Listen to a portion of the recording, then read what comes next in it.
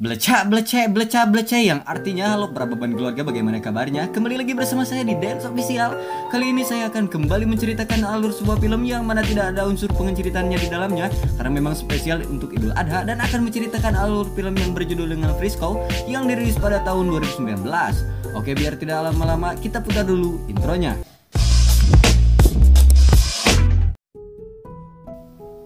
Scene dimulai oleh seorang pria yang bernama Otis. Ini rarainya, ia sendiri merupakan seorang juru masak yang sedang disewa oleh seorang Indian untuk memasak makanan selama perjalanan menuju suatu desa. Di tahun itu orang-orang Indian atau penduduk asli Amerika masih hidup dengan damai dan hanya baru beberapa tahun orang Eropa menjejakkan kaki di sana. Sedikit informasi jika orang-orang Eropa yang datang ke sana adalah orang-orang yang muak dengan perang Inggris-Prancis dan bermigrasi ke benua Amerika. Otis mengatakan bahwa bahan makanan yang ia temukan sangatlah kurang jika dimakan oleh semua orang, namun sepertinya si orang Indian tidak terlalu peduli karena itu memang sudah kewajiban si Otis sebagai juru masak. Saat mencari bahan makanan, tak sengaja ia bertemu dengan seseorang yang sedang bersembunyi yang bernama King Lu. Ini rarainya. Di sana ia bercerita jika ia tidak sengaja telah membunuh seseorang karena telah membunuh temannya, yang mana hal tersebut pun membuat teman-teman dari si korban untuk mengejarnya. Sebagai pria yang arif dan bijaksana, ia pun pada akhirnya mengajaknya untuk tidur di tendanya agar tidak kedinginan. Saat terbangun, ternyata si Otis sudah pulang lebih dulu dan mereka pun melanjutkan perjalanan. Namun ternyata si King Lu bersembunyi di gerobak, yang mana hal tersebut sebenarnya telah disadari oleh si Otis. Saat kembali mencari bahan makanan, ia pun menemukan sebuah wahangan atau sungai yang membuatnya merasa senang dan langsung bergegas membawa jaring untuk menjala ikan di sana. Saat kembali, ia panik karena gerobaknya telah dibongkar dan takut jika si King Lu ketahuan, namun seperti biasa ia telah berhasil lari terlebih dahulu.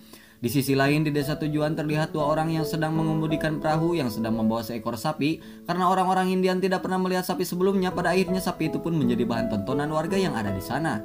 Tak lama kemudian, si Otis pun pada akhirnya sampai di desa tersebut, yang mana itu menandai tugasnya sebagai pramusaji telah selesai dan ia juga telah mendapatkan bayarannya. Dirasa lelah, ia pun pada akhirnya pergi ke sebuah bar dan di sana juga ia mendengar percakapan seseorang yang membicarakan seekor sapi yang tadi sempat datang ke desa mereka sebelum kedatangan si Otis. Sapi tersebut ternyata didatangkan langsung dari Inggris oleh seseorang bangsawan yang cukup kaya di sana. Tak lama kemudian datanglah seseorang yang membawa bayi, yang mana itu membuatnya dibully di sana sampai pada akhirnya mereka pun baku hantam. Saat menonton pertunjukan tersebut, tiba-tiba ia dikagetkan dengan kemunculan si King Lu, yang mana ternyata dia juga telah tinggal di desa ini. Sebagai balas budi, ia pun mengajaknya untuk tinggal di kediamannya karena ia tahu jika si Otis ini hidup nomaden atau berpindah-pindah. Hari demi hari mereka lewati sebagai sepasang sahabat. Si Otis pun bercerita jika ia ingin sekali memiliki sebuah hotel dan si King Lu pun mengatakan jika ia harus semangat untuk mewujudkannya.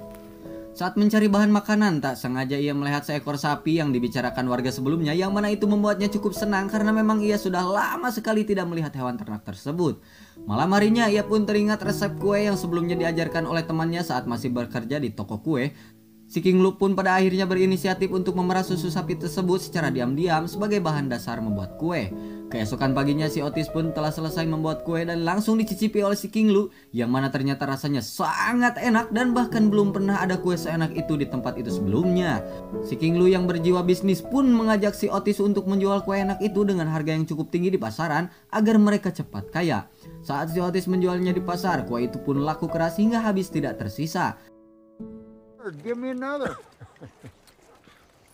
I'll give you 6 ingots for that last one. 7 cake to this gentleman. We'll have more. Saat si Otis kembali mencuri susu, ternyata hanya sedikit susu yang ia dapatkan karena memang sudah diperas sebelumnya oleh sang pemilik, yang membuatnya tidak bisa membuat kue yang banyak. Keesokan harinya ternyata sudah banyak sekali orang yang mengantri berjam-jam demi sebuah roti odading Mang Oleh. Saat ia menghitung uang yang cukup banyak, si King Lu pun optimis jika dalam beberapa bulan saja ia sudah dapat membangun hotel yang diidam-idamkannya di kota nanti. Mendengar perkataan sang sahabat, si Otis pun merasa cukup senang karena memang sebentar lagi cita-citanya akan segera terwujud. Saat memasak, tiba-tiba seseorang yang memintanya menyisihkan satu kue dan mengatakan jika ada seorang bangsawan yang akan mencicipinya. Ternyata seorang bangsawan itu pun adalah seorang pemilik sapi yang selalu mereka curi susunya setiap malam, yang bernama Shifter.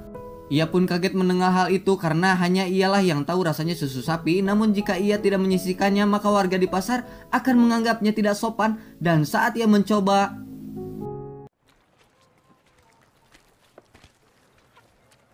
I taste London.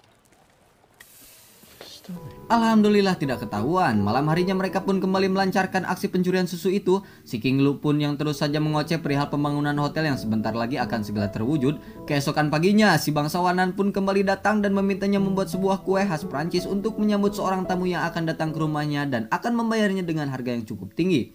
Karena tidak ada alasan yang cukup kuat untuk menolaknya, pada akhirnya ia pun menerima tawaran tersebut sekalipun dengan sedikit ketar-ketir karena takut ada yang menyadari rasa susu di dalam kuenya tersebut.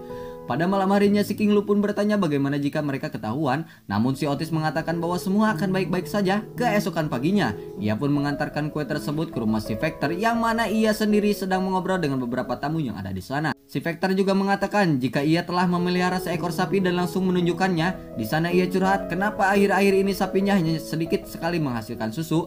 Awalnya ia mengira jika sapinya mengalami stres, namun saat ia melihat sang sapi akrab dengan si Otis membuatnya menjadi sedikit curiga.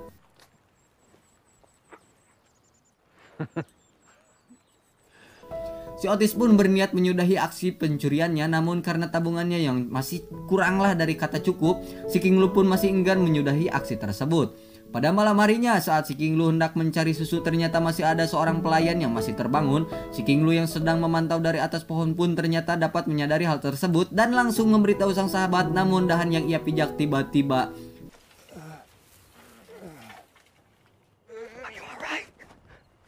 ia pun terjatuh yang membuat sang pelayan langsung membangunkan semua orang. Saat dicek ternyata ada sebuah bangku dan ternyata kecurigaan si Vector pun benar-benar terjadi jika si Otis dan si King Lu lah pencuri susunya. Ia pun menyuruh semua anak buahnya untuk memburunya. Setelah berlari sejauh mungkin ternyata si King Lu terpisah dengan sang sahabat dan malah bertemu dengan seseorang yang langsung mengantarnya untuk mencari si Otis. Saat terbangun, tiba-tiba si Otis telah berada di rumah seseorang yang telah menolongnya, yang mana ternyata si Otis ini ditemukan dalam keadaan tidak sadarkan diri setelah terjatuh dari atas tebing. Setelah siuman, si Otis pun memaksakan diri untuk kembali pulang ke rumahnya. Si King Lu yang telah lebih dulu sampai pun mencoba mengambil uang yang ia simpan, namun ternyata anak buah si Vector terlebih dahulu datang yang membuatnya harus bersembunyi. He's no a worthy opponent. There's are in short supply in this hemisphere. Ia pun merasa sedih karena rumahnya telah hancur. Saat sampai mereka pun berpelukan dan bersyukur jika mereka masih dalam keadaan hidup. Demi keamanan dan kenyamanan mereka pun pergi dari desa tersebut. Dan saat dalam perjalanan mereka pun saling menguatkan satu sama lain. Namun si Otis yang sebelumnya terjatuh ke dalam jurang pun kondisinya semakin memburuk. Di titik itu si King Lu menyadari jika uang tidak lagi penting, dan ia pun menemani sang sahabat di akhir hayatnya sampai keduanya pun benar-benar tewas di sana. Beberapa puluh tahun kemudian terlihat seorang wanita dan anjingnya yang sedang bermain di sebuah taman. Ketika anjingnya mengendus sesuatu, si wanita pun menggalinya dan menemukan sepasang kerangka manusia, kerangka seorang sahabat Otis dan King Lu puluhan tahun yang lalu. Dan film pun berakhir. Pesan yang kita dapat ambil dari film ini mengajarkan bahwa uang tidaklah menjamin kehidupan seseorang, tapi jika tidak punya uang, kehidupanmu akan lebih tidak terjamin lagi. Saya Dance Created bersama kru yang bertugas mengucapkan selamat Hari Raya Idul Adha. Adios, seblak ceker Godzilla.